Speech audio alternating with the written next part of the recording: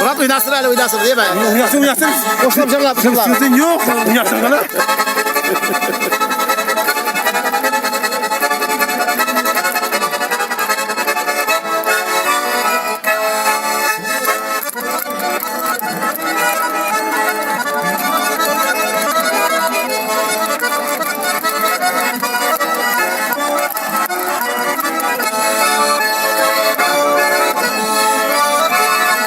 Bu şekilde sarı bitkenler indi. Masterlar.